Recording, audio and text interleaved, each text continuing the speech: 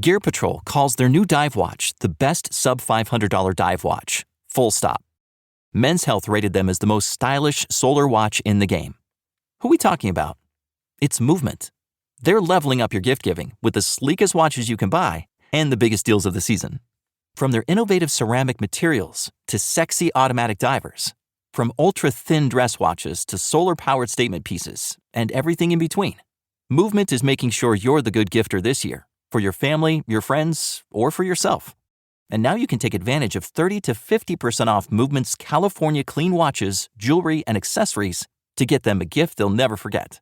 With fast, free shipping and returns and amazing bang for your buck, Movement makes for a relaxed shopping experience.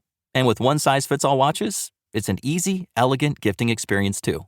Shop 30 to 50% off now at mvmt.com. That's mvmt.com.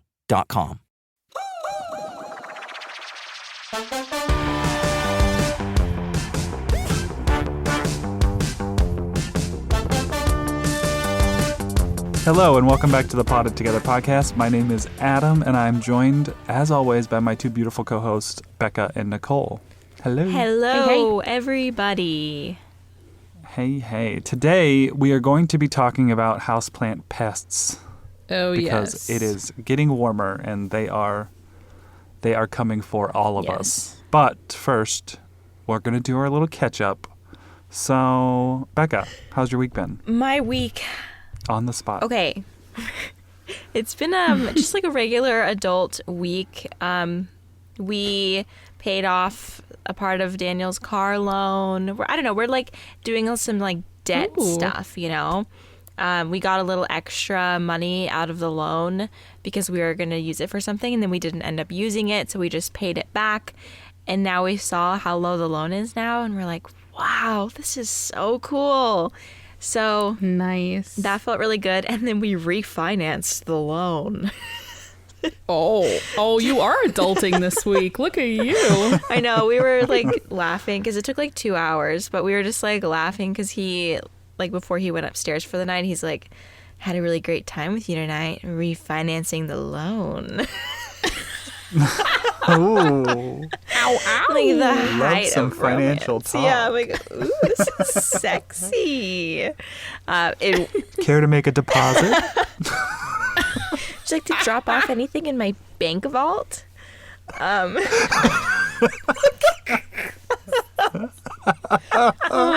god. Starting off strong. Gross. I'm so embarrassed. No, it was, so that was last night. And so basically leading up to that, I've been spending like my mornings going outside and watering my flowers. And it's just so fun. Like, it's so fun. I feel like my mom, like my parents would always wake up in the morning and go outside and water the flowers.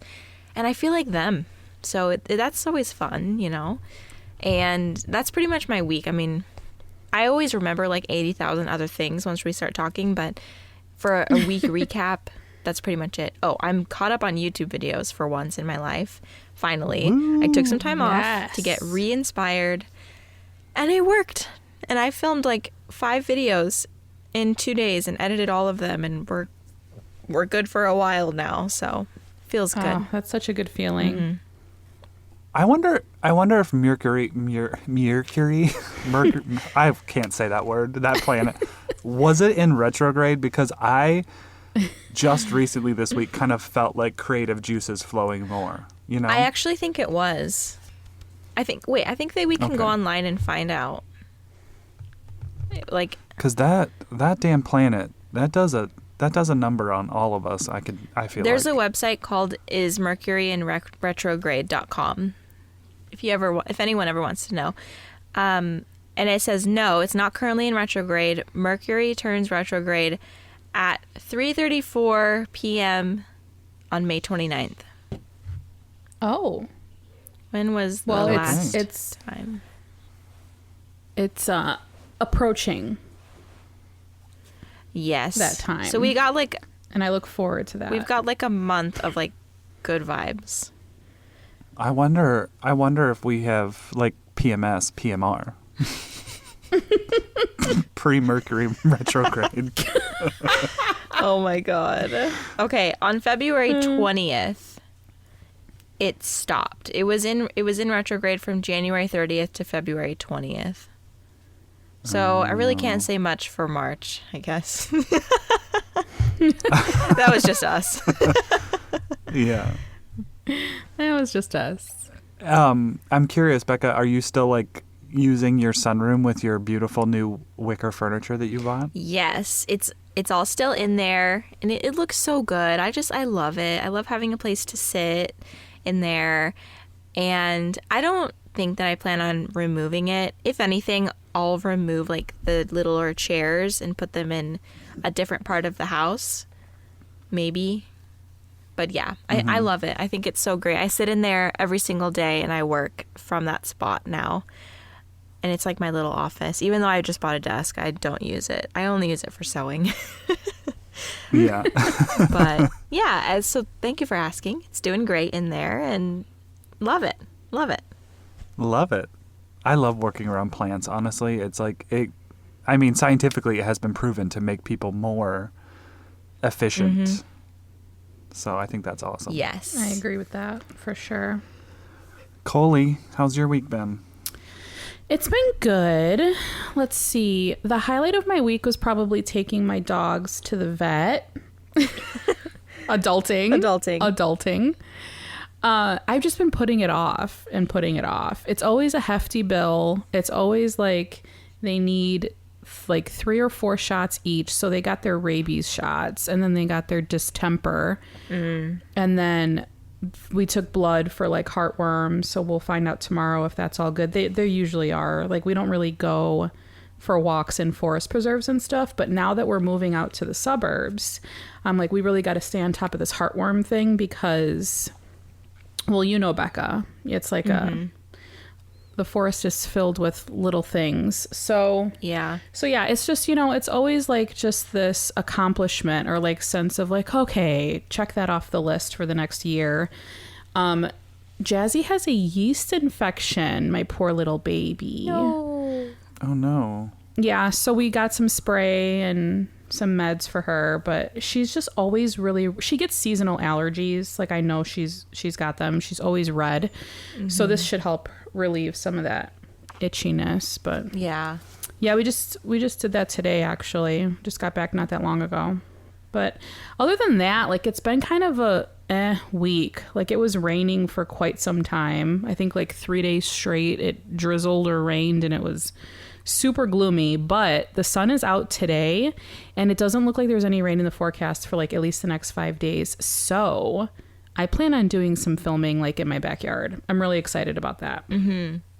Get some of that vitamin D. Vitamin D, right? Vitamin D. yes. Yeah. Yes. Yeah. But that's about it. What about you, Adam? Yeah, I mean, so I've been watching the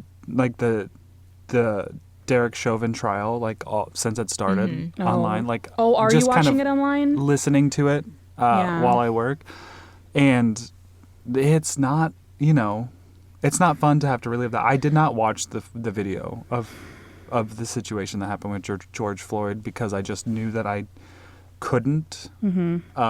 But then I've seen parts of it and big parts of it through this and heard parts of it. Yeah. So it's just like reigniting all of that. And then obviously, there was another black man killed in Minneapolis while this trial is going on. So I just feel like it's been a heavy week. Yeah. But I mean, I think it's good not to ignore it. Also, it does take a toll. Like, I can just feel myself being in like this, oh my gosh, like, what is our world? And that's coming as a white man who I feel like has this world built for them, which is just ridiculous. But it's, I don't know.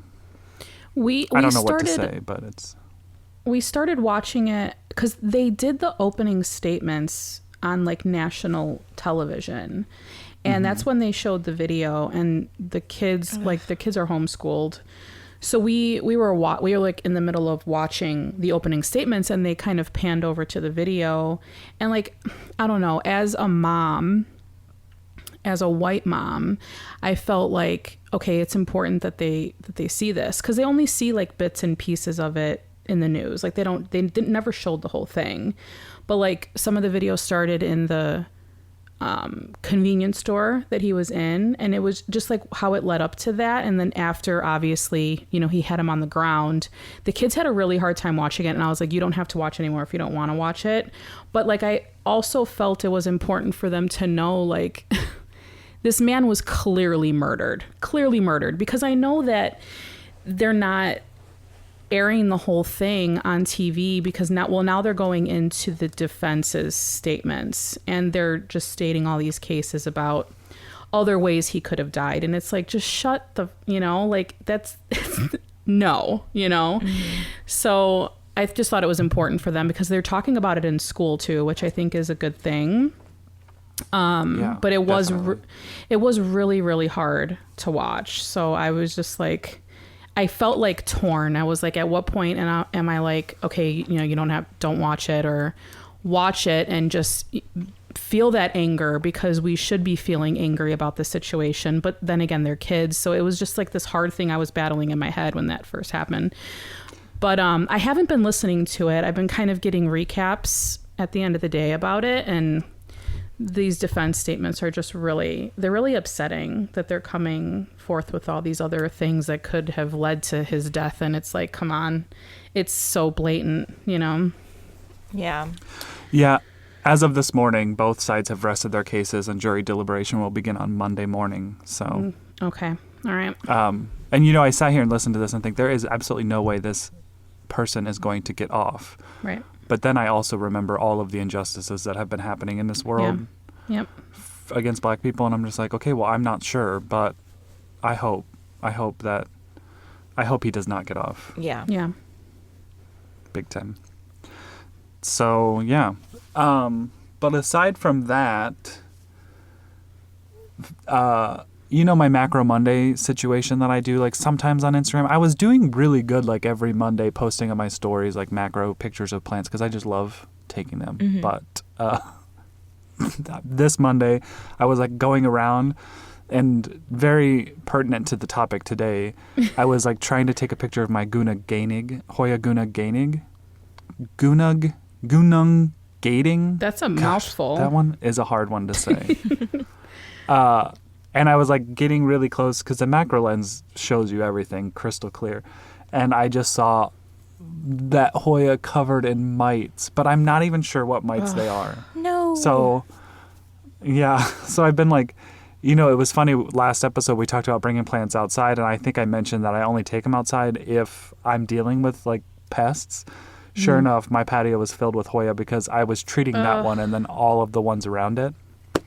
Dang. But I'm still unsure of what mite it is, because this is the same sort of mite that I had before in my Hoya. And there's no webbing, which I know spider mites create webbing when it's a advanced infestation, because they're creating the webbing to protect the eggs that they're laying. But there was a lot of little, I mean, they shine in the sun, so they're like bright orange, and they're tiny. They're microscopic. Like, yeah, you would not have been able to see those without your macro lens. Like I saw you post it on Instagram, and I was like, what the heck? Like, it's impossible to see those. And what are they? I did a quick little Google search, which I'm sure you did a ton of research, and I can't find anything that looks like exactly like that. Yeah. So I don't know what it is either. And some people are like, well, maybe they're good mites, but I don't think that's the case, because they're usually hovering around. You know how Hoya put out a nice long like vine, and then the little tiny leaves you can see there, but they just haven't like fully started developing. They're always around those, and those are always falling off. So I'm like, I don't think they're good. Like, yeah, that clearly is a signal to me that they're not like helpful. They're hindering. So yeah. I've been treating those. That's always a stressful thing. And then it made me wonder, like, where the heck did these come from? Because I haven't brought a new plant in quite some time, you know? Yeah. And that Hoya is not new. So I always just, like, wonder, I was like, how the heck do they, like, crawl in through windows and be like, oh, well, I see plants in there. Time for a vacation. Time for a snack. Well, that's a good lead into today's episode. Yeah. So you brought pests. So you brought all of your Hoya outside? Like, what are you doing? Are you using Captain Jack's? Like, what are you doing to treat it? Yeah, so I didn't bring all of them outside because I was inspecting a lot of them. Personally, I think we'll get to like more ways in the episode of like identifying pests, but personally how I always identified spider mites, and you can tell by that one video that Becca had put on her channel where we found spider mites in her collection, is I put a light, kind of like, I get my magnifying glass, I put a light behind the plant, and I just kind of like look for webbing. Again, this situation, there was no webbing.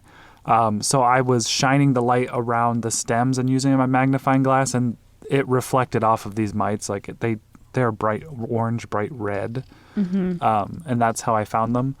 So once I did, I took that immediate plant outside, and then I took some surrounding plants outside, and I was inspecting all of them. And then I used Captain Jack's Dead Bug Brew because, to be honest, I've used other methods of pest treatment, but Captain Jack's has always worked really well for me with spider mites in particular. Those ones are the ones that are like, a lot of the insecticidal, organic insecticidal stuff, spider mites have like advanced and like evolved to just be immune to some of that stuff. But Captain Jack's it's a natural, it has spinosad in it, and it just seems to work really well. So I've been spraying it down like twice a day for now, and they seem to be gone. So after you posted that on Instagram, you didn't get any replies as to what specific mite it could be, or if it even is mites? No, I mean, it definitely was mites, because in that Instagram story video, like one of them was crawling while I was panning down. But no. But a lot of people are like, "Oh, thank you for posting this. I didn't even know what spider mites look like," even though I didn't say it was spider mites. But they do look very akin to how I've seen spider mites in the past. It's just like, I can't really count the number of legs on them because they're so tiny, and my macro lens isn't that good to see like all their little legs. Yeah. I used to get red spider mites. That was the one that I was plagued by for basically a year after we figured out that I had them. And they would get big, and I could see them crawling on the leaves, and they were like a reddish color. It's freaky. Yeah, they're it's just gross. Yeah, I wish that Well, that's what I... Well, when I... Oh, sorry, go ahead. Sorry, when I say that they got big, I should say, like, they were not big. They were just big enough where I could see them moving, but they were still tiny, tiny. I wish that I had a macro lens in that moment, because I probably could have magnified it quite a bit since it was that size, but shoulda, coulda, woulda. I don't want to have that experience again so I can get the pick, but... No. That's what I was going to say. I'm wondering if maybe you caught it so early on that maybe they're just babies. Like, they're not, big and juicy yet. They're not big and juicy. Yeah, I mean, I think I did. I don't inspect my plants as much as I should, but I'm thankful that I did catch these just before they got to anything else, I bet Macro Monday helps with that, though. Yeah. I mean, I feel like both times I've found these specific type of mite, it's been because of Macro Monday. And by the way, these plants are in leca, so that it wasn't a soil plant. So it's still, I mean, I know that people say, "Oh, leca will prevent pests," which is not true, because I've had pests on a lot of my leca plants. I mean, it may help not create the most suitable environment for them, but it's not going to prevent them. Right. Yeah, I feel like the only real pest that leca would help with is fungus gnats, in a sense where fungus gnats reproduce in like the top 1 to 1.5 inches of your soil, and I feel like they need that breeding ground in order to reproduce. But that doesn't necessarily mean that fungus gnats can't find their way from a soil plant to a leca plant and just hang around it, Yeah. But yeah, no, leca definitely doesn't help with pests. I I've been battling mealybugs for a couple of months now, and I found my, which plant was it? I think it was my obovata. No, it wasn't. It was my Crimson Princess. Had like a little, and you're right, it's always like the newer leaves that these bugs love to just hang around.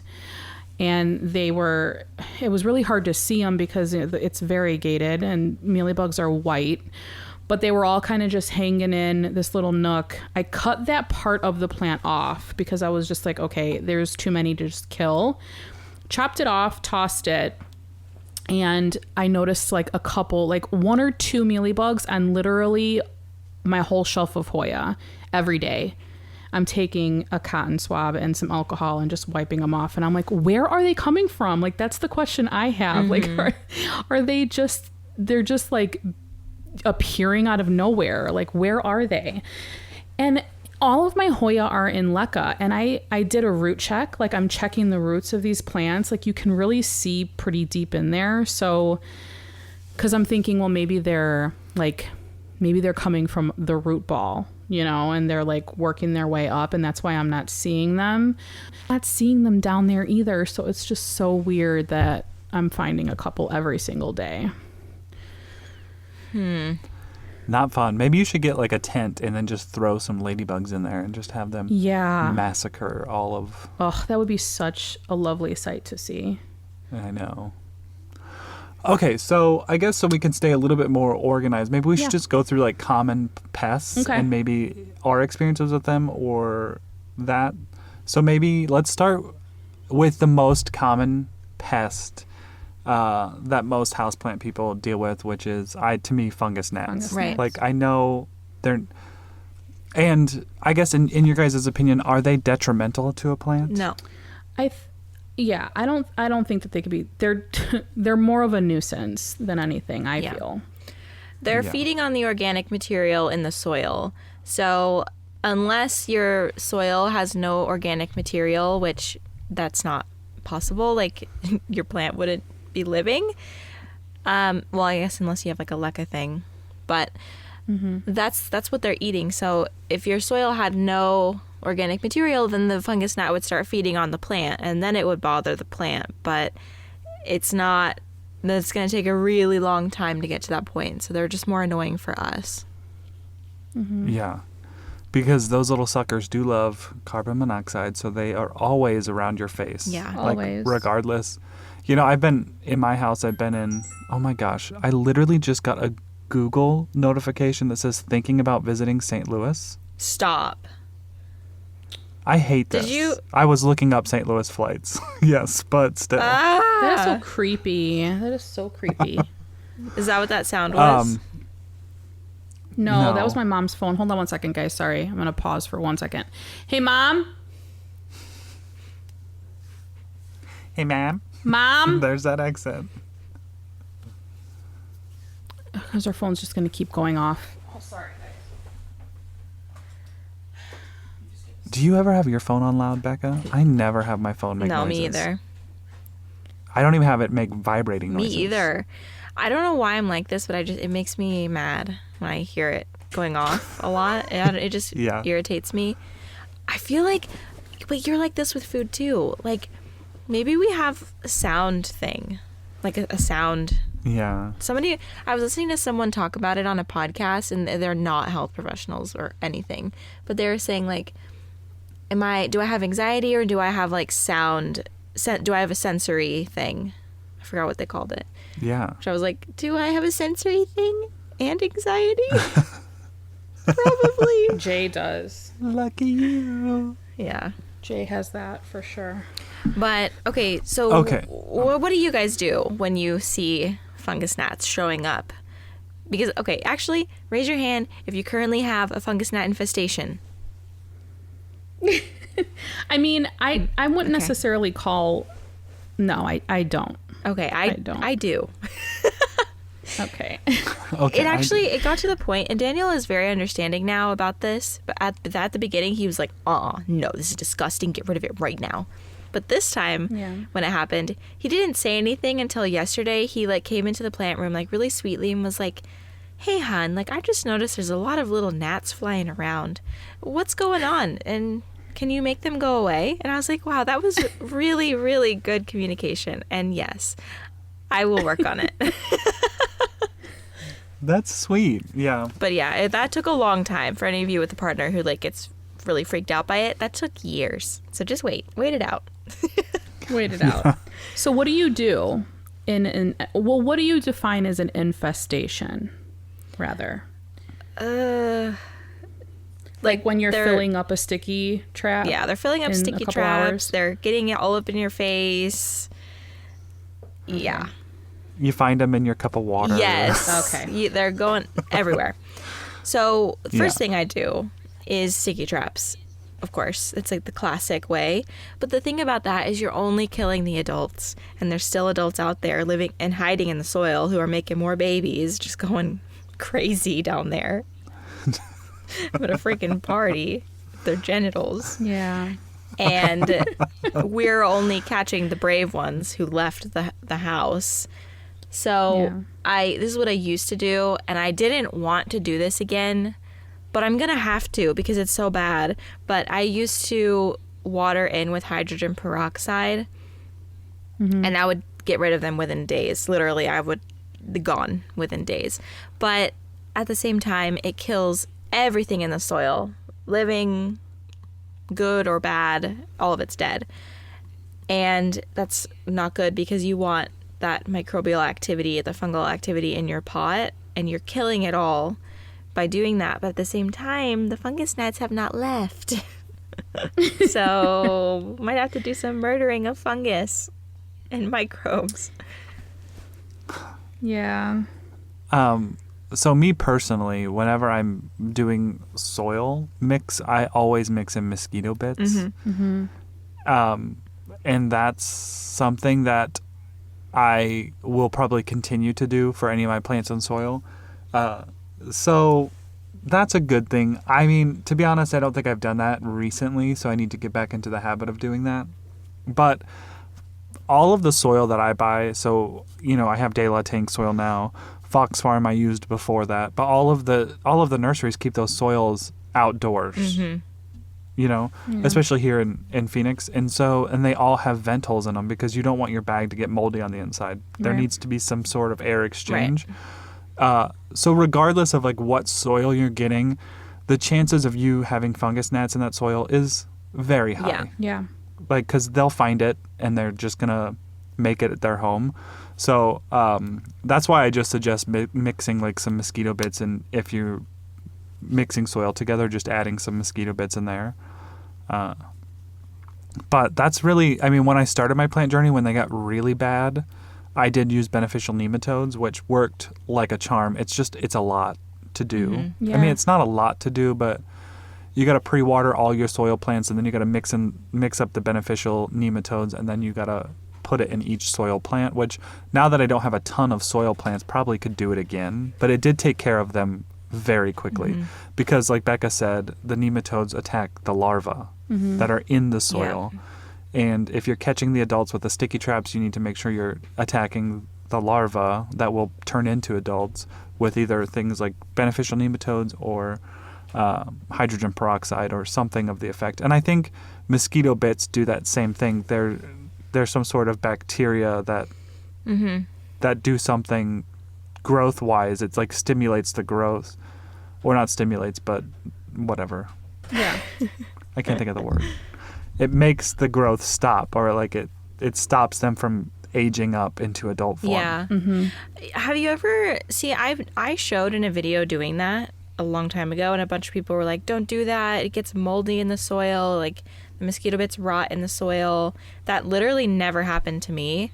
Has that, obviously since you're still doing it, it doesn't do it to you, but right? No, but like I have noticed if I just put them on top, then they would. I think it has something to do with like them coming in contact with water in the air, because that's what I did when I first used mosquito bits. I thought you were just supposed to sprinkle them on top of the soil and then like water it thoroughly, which I think that's what it might say to do. But then I did notice them start to get like, I don't know if it was necessarily moldy, but they would turn like a nasty brownish color. And it was kind of gross. So that's when I started mixing them in. Mm-hmm. But yeah, I'm not necessarily sure if it's mold. Yeah. But it's not cute either way. Yeah. So I put some mosquito bits in a cup of water yesterday and then watered my plant with the mosquito bit water. Yeah. I don't know. Because I found a big hub. My Anthurium clarinervium is like a big apartment complex. So I tried to target it. I don't know if it worked. We'll see. Your Anthurium is Ibiza for the fungus gnat. Yes. Yeah. Ibiza. Yeah. Yeah, I mean, I agree. I mean, those pellets will, as they get saturated, they will like get, I want to say fuzzy, but I don't necessarily think that's mold. Yeah. Mm-hmm. It's just that little packed pellet is opening up. Almost like a sponge. Like when you get it wet, it'll start expanding. Mm-hmm. But it's not the cutest thing to look at. So, yeah, mix it in with your soil. Sometimes I just like take a chunk of soil, set it aside, and mix in the mosquito bits to that, and I put that part of the soil on the top of my plant. So I'll put the rest of the soil underneath, because usually gnats only live like an inch down in the soil. They don't go super deep. So that's something you could do, but the mold thing doesn't bother me. There's also mosquito dunks, so that's the same concept that you did, Becca, is just kind of letting a dunk, which is just like a circular, more solid form of mosquito bits, dissolve in water, and you can water with them. I mean, I feel like the most effective way to kill a colony is the hydrogen peroxide, but you just got to make sure that you're fertilizing a couple days after, because like you said, you're really killing off any nutrients in that pot or anything beneficial in that pot. Mm-hmm.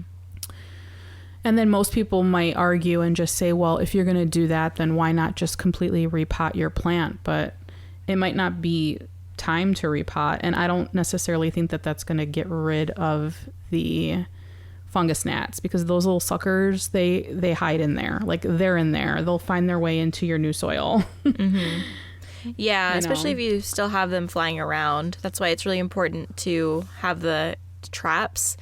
And like one fungus gnat can lay like, what was it, 300 or 400 eggs in a day? It's so gross. Or maybe it's 800. Just it's ridiculous. Like, to imagine the thousands of fungus gnats currently in my house is sickening. And they're just getting down, boogie woogie oogie, making more. Boogie oogie oogie. Now, for a new plant you bring into your house, things you can do, because chances are if you buy a plant from a big box store, there's gonna be fungus gnats in there. Like there is. So you can repot them into your soil mix by like trying to get as much of the soil off as you can in your soil mix that has maybe mosquito bits mixed into it. What are some other things that you guys do in that situation? I would say, like, when you first bring a plant home, make sure that it's not near your other plants. Like, maybe isolate it in a different part of the house, or if you're able to keep it outside for a little bit, depending on what area of the world you're in, I would do that. But even before you repot it, I would try to let the soil dry out like completely, because that usually does the trick too in stopping the breeding of fungus gnats. Like they like that moist soil, Beautifully moist. Yeah. So just let it dry out completely before you're going to repot it. Yep. And yeah, I would just leave the plant outside, like Nicole said, depending on where you live, but let it dry out outside if possible for best results. Okay, should we move on to the next? Let's talk about, I mean, I know we kind of were talking about this earlier, but spider mites. The hidden pest. This one, okay, so there are ones that I think are worse than spider mites for various reasons that we'll talk about later. But spider mites is pretty awful because a lot of the times you don't catch spider mites until it's at an advanced stage, unless you're like fine-tooth combing all of your plants, you know? So like I was bad. with Macro Monday. Yeah, exactly. They're really hard to see.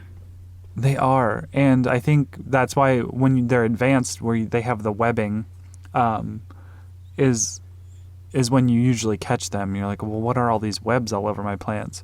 But some common ways to find spider mites, if you see your foliage kind of getting this like weird sandpapery kind of look, not texture, but like if you have this beautiful green leaf that just all of a sudden has these like, it just kind of looks spotted. Not big spots either. That's why I say sandpaper. Spots. That's like a very big indication that you could have a spider mite infestation. And they love to be underneath the leaf. Yes. Underneath, in the dark. Yeah.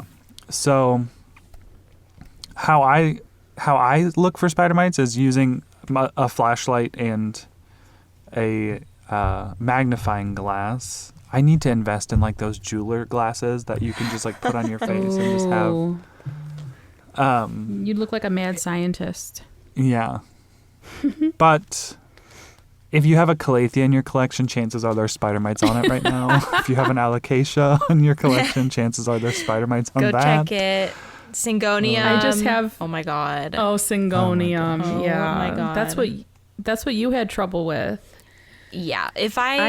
I'm picturing our listeners scrambling to their calathea and Syngonium, and it's giving me a little bit of a giggle, but it'll be okay. Yep. Yeah. And I think, I don't know, I guess with any of these things, just stay calm. Stay calm and, take the time to really fix it well the first time you treat, and then the rest of the treatments after that will feel so much easier, right? Because like sometimes I'll just like half-ass spray the plant down, and then I'll get them again like a few weeks later, but on the times, like the first time I ever found spider mites, I went in with a freaking paintbrush, a toothbrush with my rubbing alcohol and dish soap. Like I was scrubbing each individual leaf front and back, and I didn't have spider mites on those plants for like months, which they came back, but now I've regulated it out. I don't get them that much anymore, but yeah, they would come back within like a couple weeks if I didn't take care of it really thoroughly. So I have yet to get spider mites, but I've come very close to like scares because we have spiders, like actual spiders in our house. They come out in the spring and like in the winter.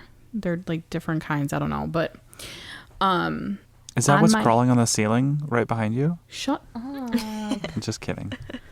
I'm looking at the corners because they like burrow in the corners, like where the ceiling meets the wall. Yeah. But anyway, do you leave them there or do you like remove them? What do you do? No, we leave them there for the most part. Like they eat other bugs. Like they're good to have around. I mean, when I was sorry to interrupt you. When I was in Illinois, the tunnel spiders that build those webs that kind of like circular into a tunnel. I don't which know those. Does creep me out. I don't love that because like trapdoor spiders just seem creepy to me. Like you don't know they're there and then they attack. What? Not humans though. Well, not humans. Yeah. Are you Googling trapdoor spiders? No. Just make sure your recording doesn't stop. But anyway. Welcome to the Midwest. When I first started my plant journey, when I had all the fungus gnats, and I had one of those tunnel spiders in my window. And I looked at the web and it was full of fungus gnats, and I was like, you're staying because thank you for your service. You're staying. Yeah. You're staying and I'm paying. I was like, you're a friend. You're a friend of Judy. Yeah, they're good to have around for many reasons, but I've seen webbing on a couple of my cactus, like from like, pokey boy to pokey boy, like covering my cactus, and I'm like, what? Spider mites on my cactus? Like I've gotten freaked out a couple times, but I got in there with my flashlight and and my zoom lens, and I was like, no, this is just a regular spider setting up shop. But yeah, I have not had spider mites yet, and I say yet because I know that they're gonna find me sooner or later. Like I feel like if you have a plant collection, if you're a plant collector and you have at least 20 plants in your collection, you're bound to get one of these pests at some point in time. Becca, your face is just... I know. I was trying to screenshot it, but it was so funny. Were you looking up trapdoor spiders? I was looking up funnel spiders. Is it the same as a trapdoor? Oh. Yeah, I mean, I think so. Hell no. I swear, if I ever saw that, I would not even bother. The spiders looked huge. Yeah, Well, they we're are kind of talking- like big. We're talking to somebody that handled black widows That's in Yeah. Arizona. Yeah, I guess I am a little fearless when it comes to black widows.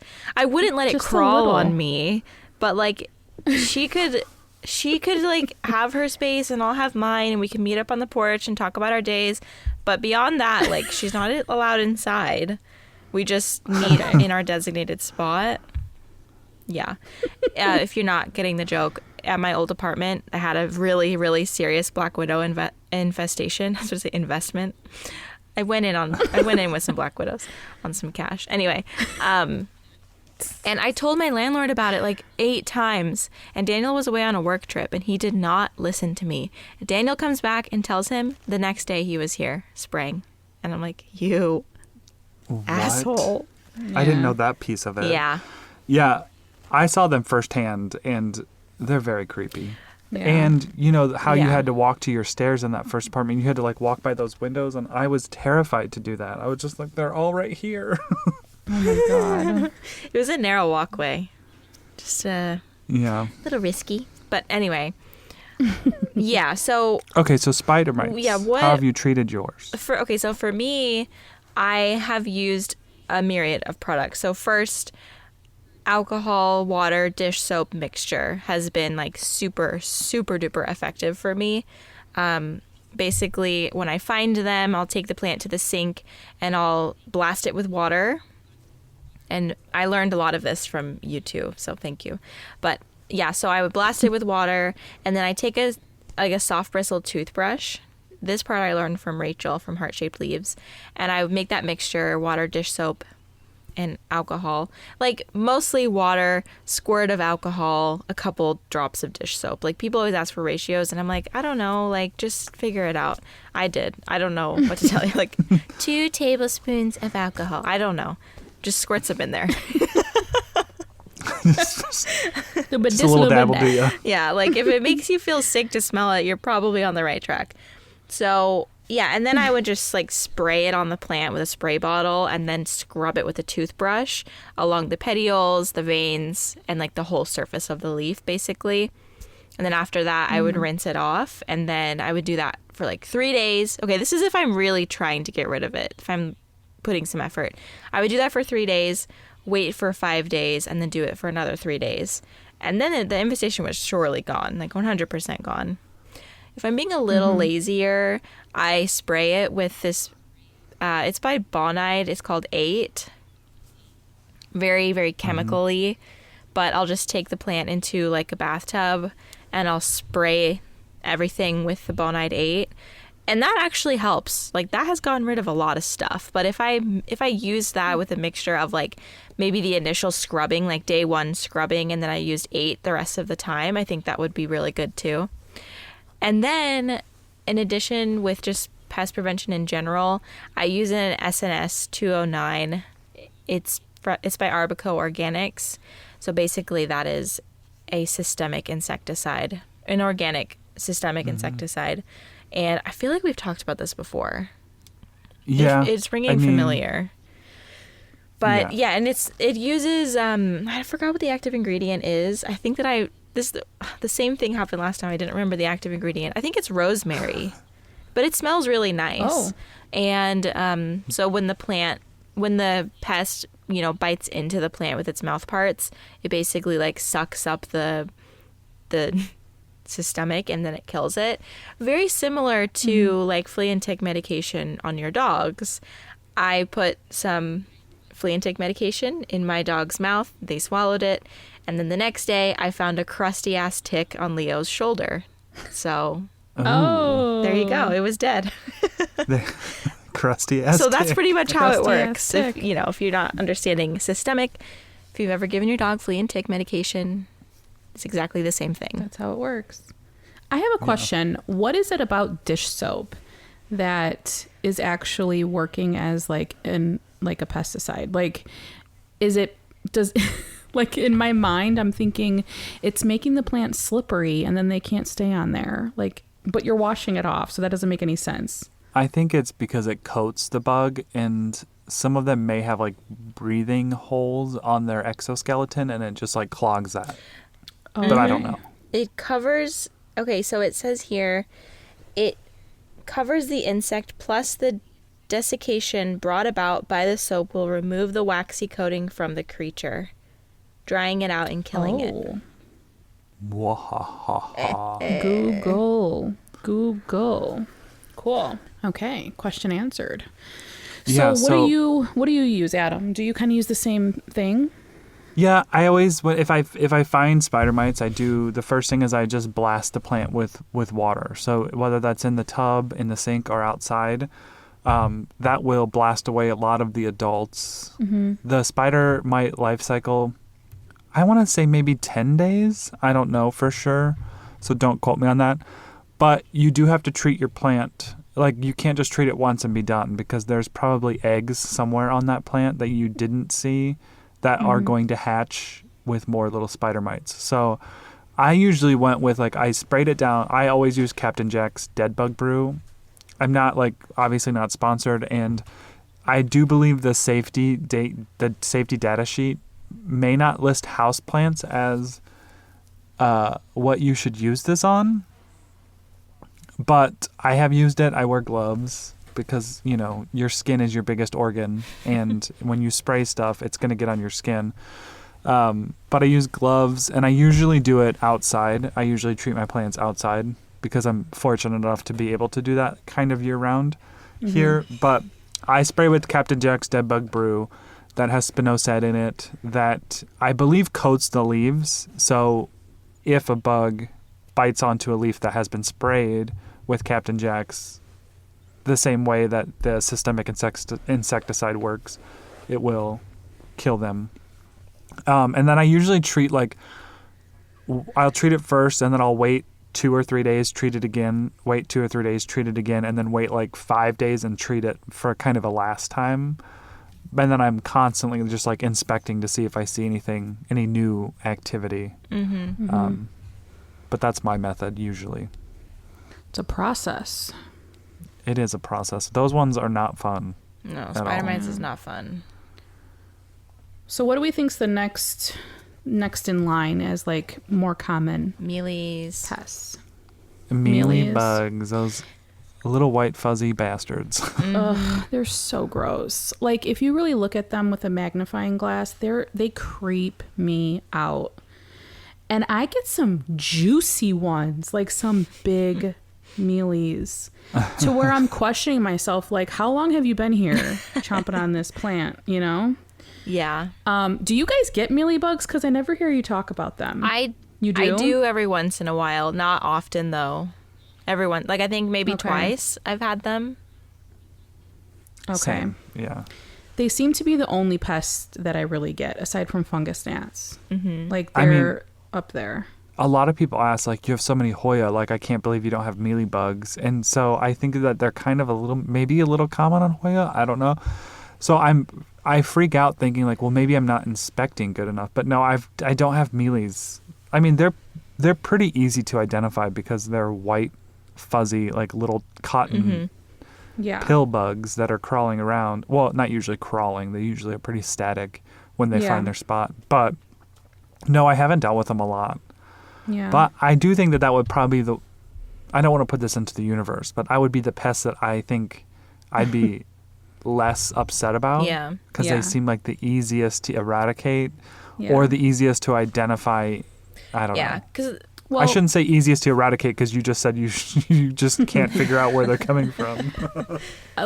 We're going through a little bit of a struggle, but I mean, they are easy though. They are easy, and they're not all over the place. If they're, like you said, they're pretty easy to identify, so you usually catch them fairly early on. You're not going to necessarily get an infestation unless they're setting up shop under a big leaf and you just don't turn that leaf over for months at a time. You're going to see them.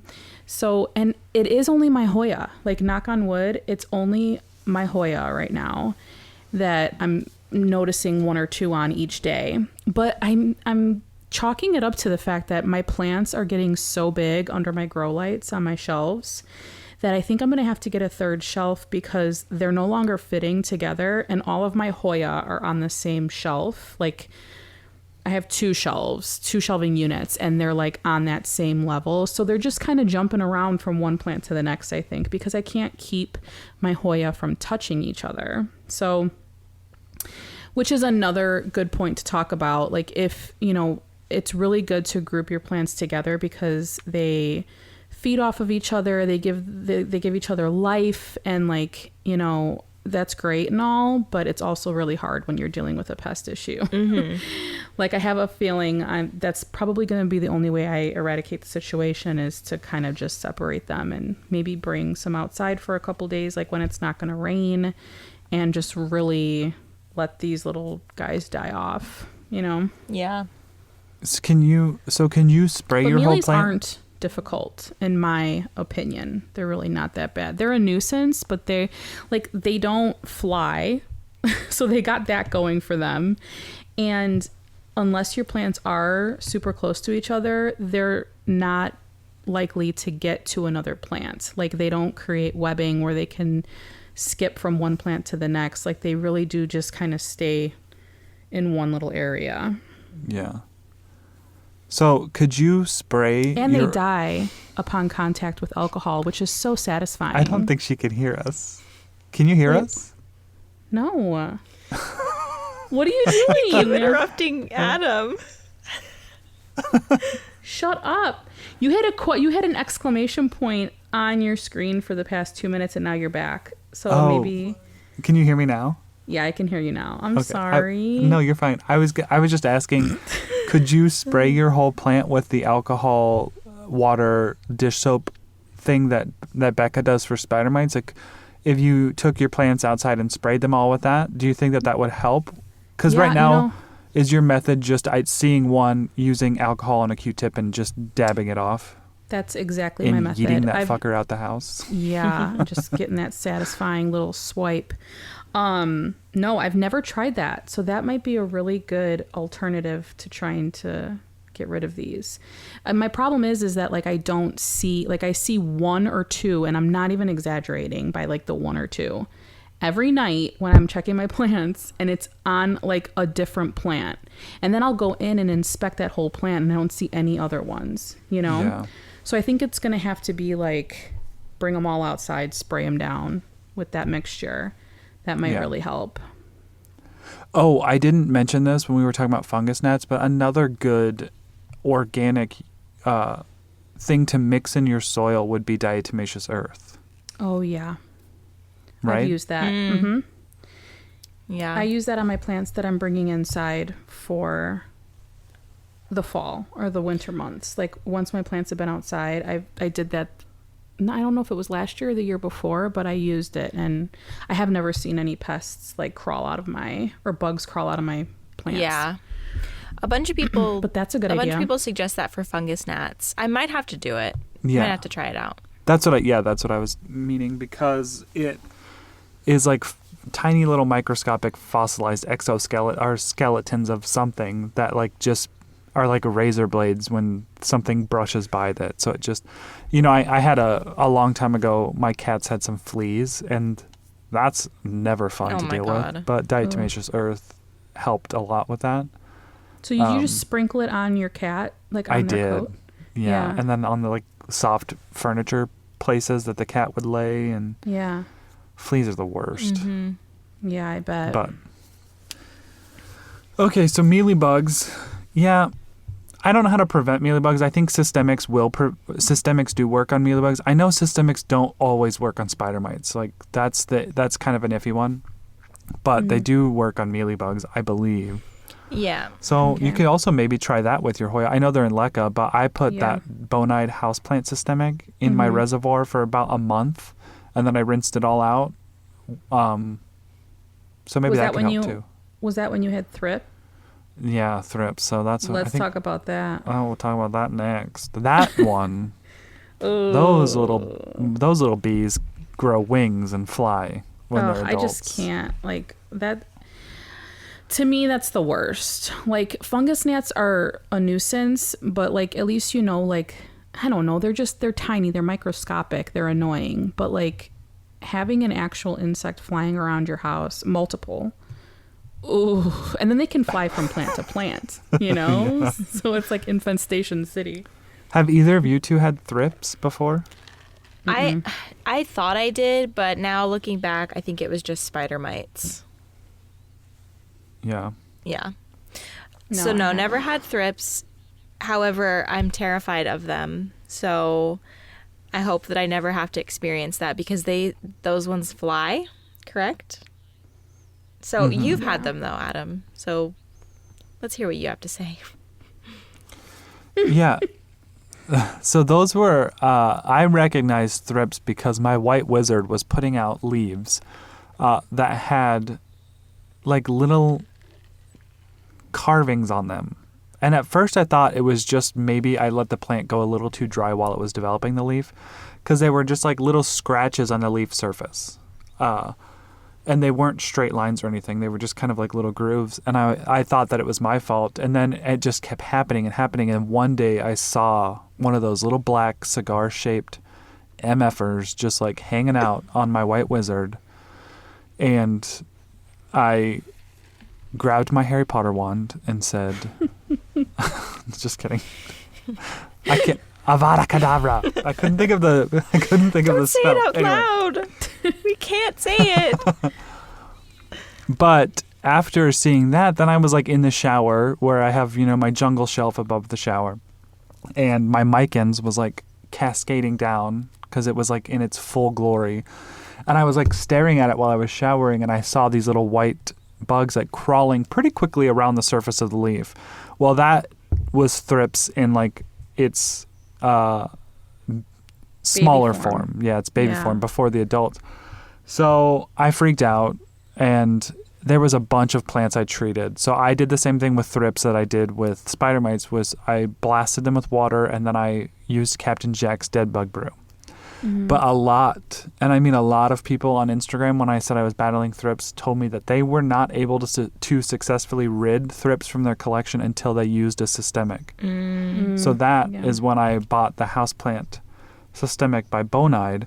And to be honest, like my infestation with thrips was not big, even though by the looks of the white wizard, you would assume that it was, because like all of the leaves had carvings on them, but I only ever saw one adult on that plant, and I inspected that whole plant.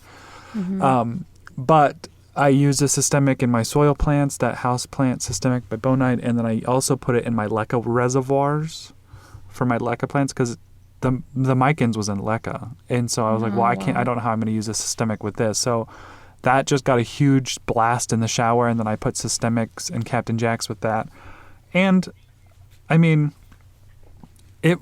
it all went away really quickly for me, thankfully. Like I kept inspecting my plants for the next week, and then the week after that, and I just never saw any signs of thrips. And then my white wizard starting putting out new growth, and it didn't have the carved edges on the leaf, because that's what the baby thrips do. They like the new growth, and they kind of chomp at it as it's developing. So if you're dealing or battling with thrips right now, I would highly suggest, you know, to fully rid yourself of them, that you need to start using a systemic of some sort, because that's what's really going to eradicate them. How often do you use your systemic? Like, I've honestly just used it the once so far, but I probably should just, I don't know. I don't have any more because I used it all in that situation. But for my leca plants, I let it sit in the reservoir for a month before I probably the second, third flush, I just rinsed out the whole reservoir, because it kind of stayed in the reservoir. Yeah. But it it dispersed its chemicals, whatever, and the roots uptook that. So I think it did its job. But right. And you never noticed any it didn't affect your plant's growth or anything using a systemic in leca, right? No. Like you didn't notice anything. Okay. think I might try that. The Mykins was for the longest time like not doing anything, but also that was partly, I've said this before, but I was holding a grudge against it, so I was kind of just like, screw you. But now she's growing beautifully. I gave her a haircut. I cut off all those like long stems that were bare because I was ignoring it, and it was just killing off its older leaves. But lots of new growth now, and huge new growth too. Like those leaves are way bigger than the original ones. So. Oh, nice. But thrips, that's not a fun one. No. They're easy to identify, though, in their adult form because they are like a cigar-shaped black bug. Yeah. Ugh, yucky. Grody. Well, I hope we never get them. I hope you don't ever experience them again. Yeah. Not a fun one. Another one that I was thinking of is scale. I think that would be the next on my list. Scale. Which I cannot even tell you. Like, if you have cactus or euphorbia and you've never had scale before, what are you, like, please DM me. What are you doing? Talk to me. Tell me your ways, because I've battled scale numerous times. Me too. I had scale most recently on my booby cactus, and it was so weird because it just popped up one day and then started multiplying. So I wonder if it was on the plant when I bought it and I just didn't notice, and then it just kept multiplying. So yeah, scale is pretty easy to identify though, wouldn't you say?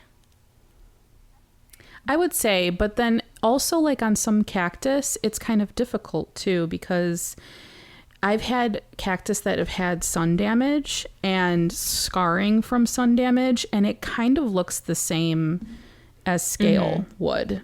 So in that sense, it's kind of hard to identify. But if your plant has never been exposed to any sun and they wouldn't have sun damage, chances are it's scale. Yeah. Is scale always easy to scrape off? Like always? Or are there times where you really got to pry those suckers off? No, there's times you got to pry those suckers off. Like to the point where you're almost damaging the plant. That's when you know it's gone too far. My mom had a really bad infestation on her fairy castle cactus.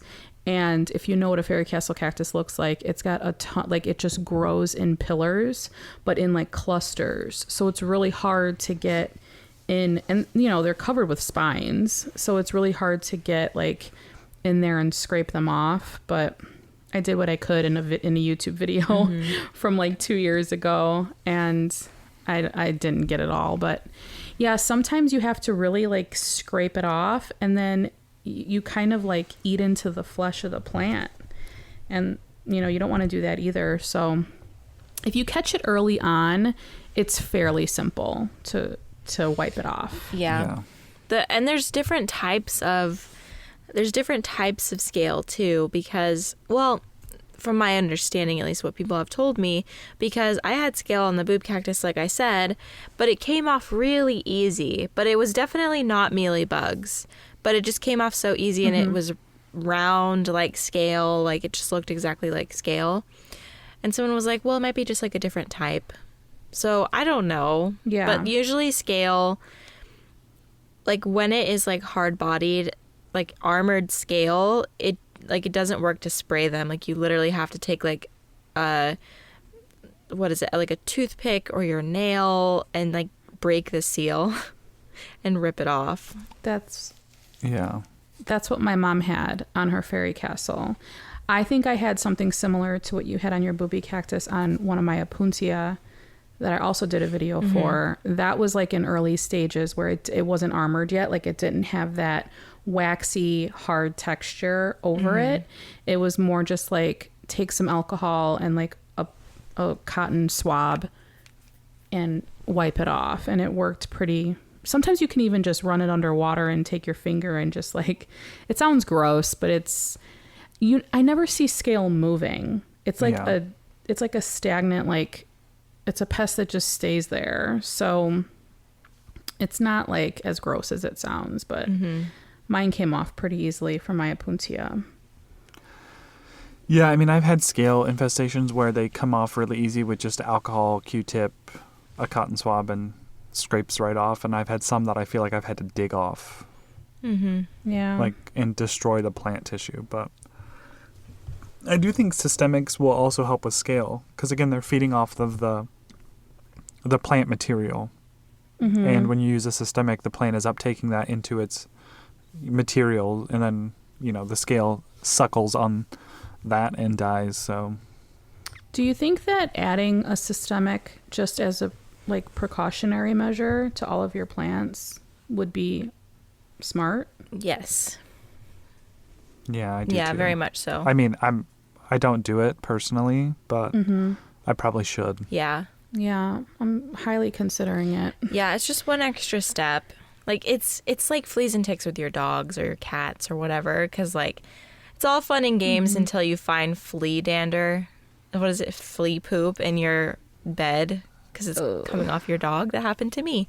So, it's all fun and games until you're, scrubbing your house with flea soap. So, it's, the same thing with a houseplant. It's all fun and games until it starts to die. And you don't know why, and then you get up close, and then you see that it has thrips or spider mites or mealybugs or whatever. These things can help prevent as much as possible. It's like being in grade school again and just adding a couple drops of tea tree oil to your shampoo as a preventative measure to not get lice. Ooh. Or getting a vaccine that is now available to you. Yes. Oh, I love that voice. Let's talk about neem oil real quick, because I know we're reaching kind of the cap limit of this episode, but more and more information keeps coming out about neem oil and how it's basically just a big scam. Yeah, I've been hearing about this. What are your thoughts on that? I mean, I know that you hate the smell of neem oil. Oh, Yeah, I can't even... And I think we have talked my about this house. before. It could probably be beneficial, I think, to not create a welcoming environment for pests, but I don't think it will take care of an active infestation. Right. And some of the information I've seen is that neem oil has not really been tested as far as its toxicity to humans. It's a natural oil pressed from something. Neem tree, I think. Yeah. Okay. I was gonna say that, but I was like, maybe that seems too easy. It's too obvious. I think it's a neem tree, really. But neem oil has been used for a long time outdoors in gardens. It's been a big garden product and successful garden product. But I don't think there's been sufficient testing on using neem oil in small spaces, small non-ventilated spaces like your apartments. And some of us who have hundreds of plants, and if you're spraying neem oil and all that, you're also inhaling that. So I would just recommend to wear a mask, and we all have masks now. Yeah, we do. To wear a mask when you're doing it, and gloves as well. I just don't. Again, I'm not a scientist. I've just seen articles, and I've come across people who are smarter than I who just basically have said, stop doing it. It's not really helping you. And it could also be hurting you. Okay. Well, I won't ever have to worry about that. Ever. I remember I bought a bottle of neem oil very early on in my plant journey, and I had this drawer I put all of my stuff in, an old dresser, and I just put all of my plant supplies in it, and the bottle of neem oil wouldn't fit standing up in the drawer, so I laid it on its side, and I opened the drawer, and it had spilled everywhere, and I shit you not when I tell you I almost threw up in that same drawer as I opened it. I just can't, there's something about the smell of it just is super appalling to me. I can't stomach it. I don't know why. I don't know what it is, but it's ugh.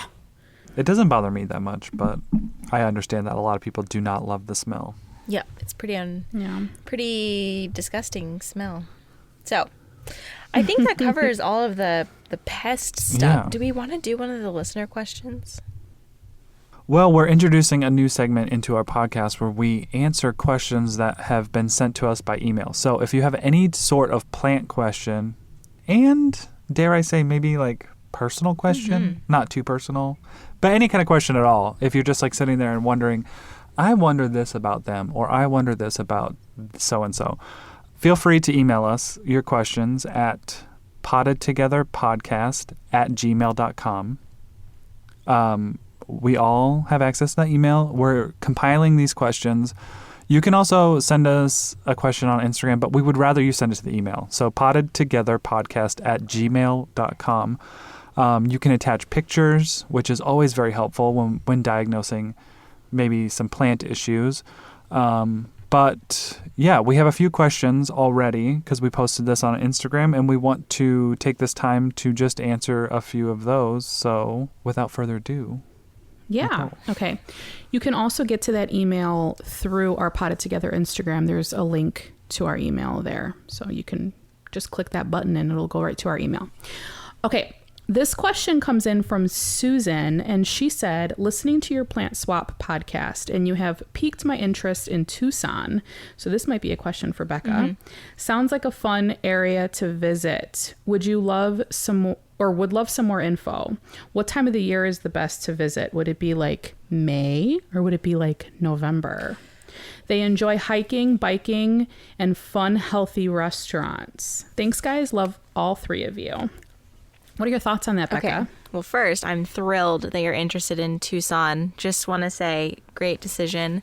There's so much to do, so many beautiful resorts and like spa resorts that are smaller, great Airbnbs, so excellent selection.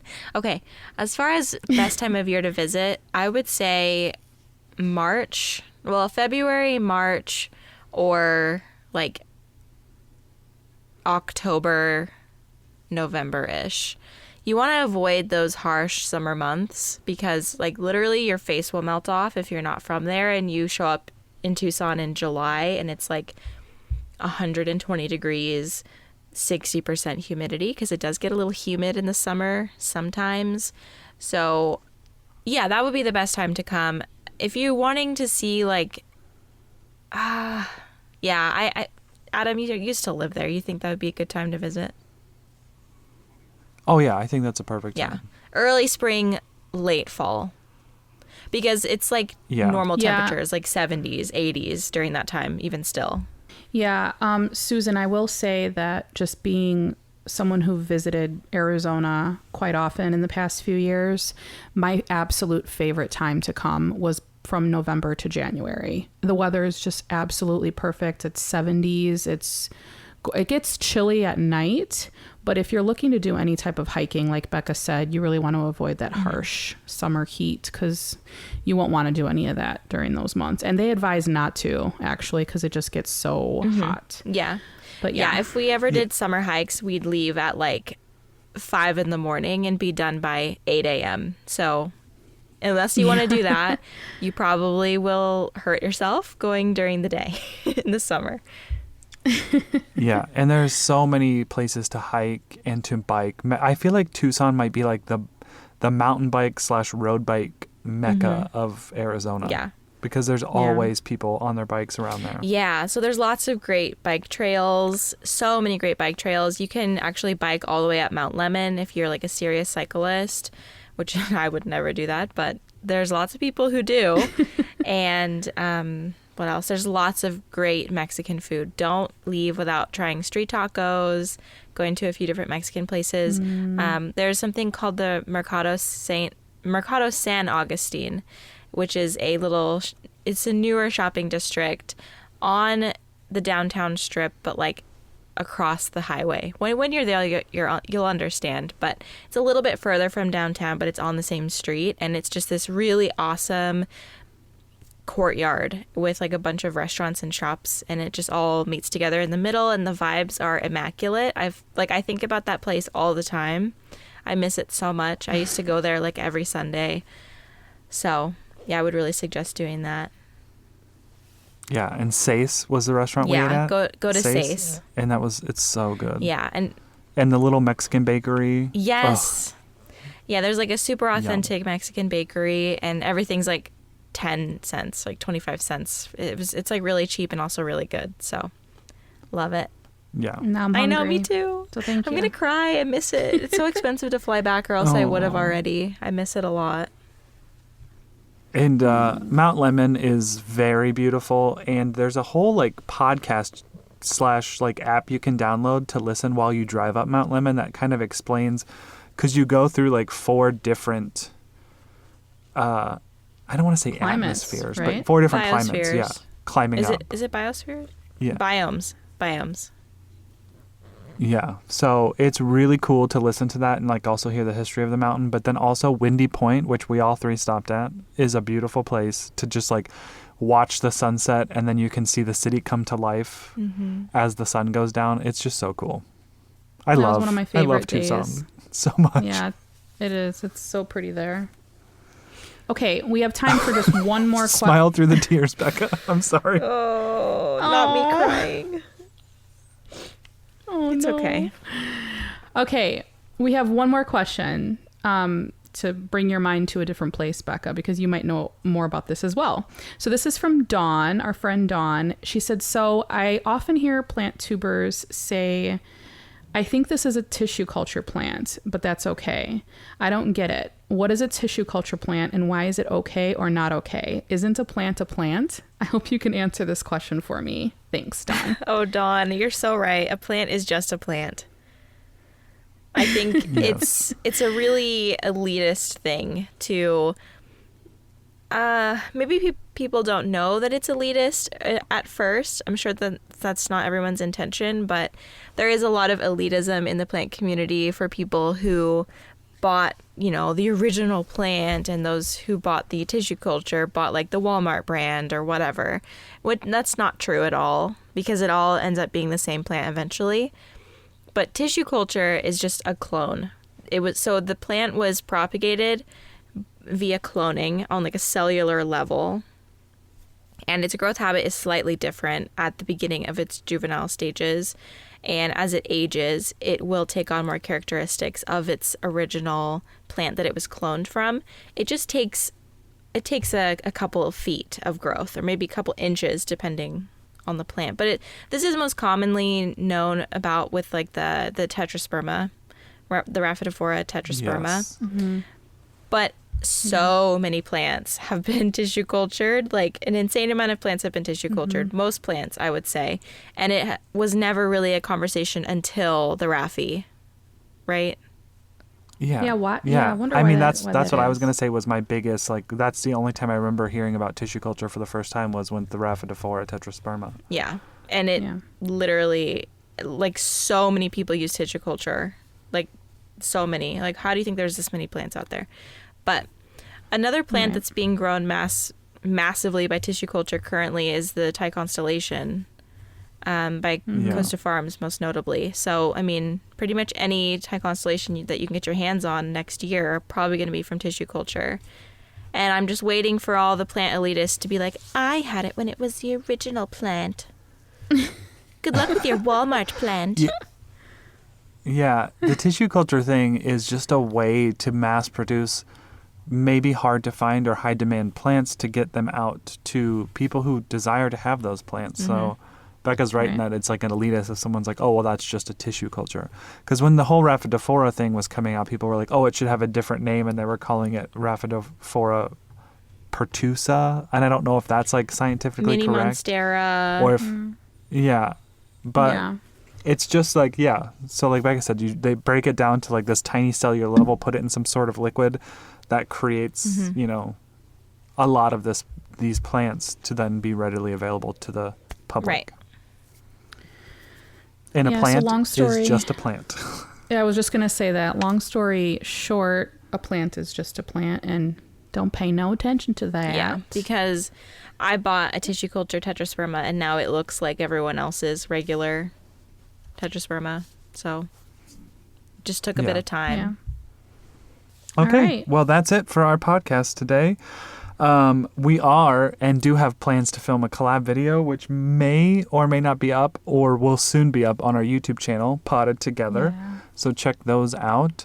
And make sure you follow us on Instagram.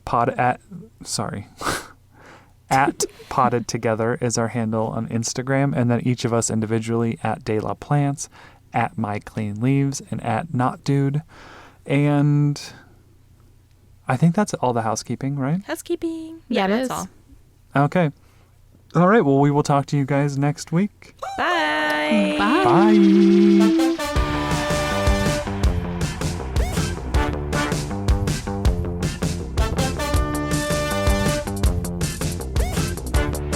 Gear Patrol calls their new dive watch the best sub-$500 dive watch. Full stop. Men's Health rated them as the most stylish solar watch in the game. Who are we talking about? It's Movement. They're leveling up your gift giving with the sleekest watches you can buy and the biggest deals of the season. From their innovative ceramic materials to sexy automatic divers, from ultra-thin dress watches to solar-powered statement pieces, and everything in between, Movement is making sure you're the good gifter this year for your family, your friends, or for yourself. And now you can take advantage of 30 to 50% off Movement's California clean watches, jewelry, and accessories to get them a gift they'll never forget. With fast, free shipping and returns and amazing bang for your buck, Movement makes for a relaxed shopping experience. And with one-size-fits-all watches, it's an easy, elegant gifting experience too. Shop 30 to 50% off now at mvmt.com. That's mvmt.com.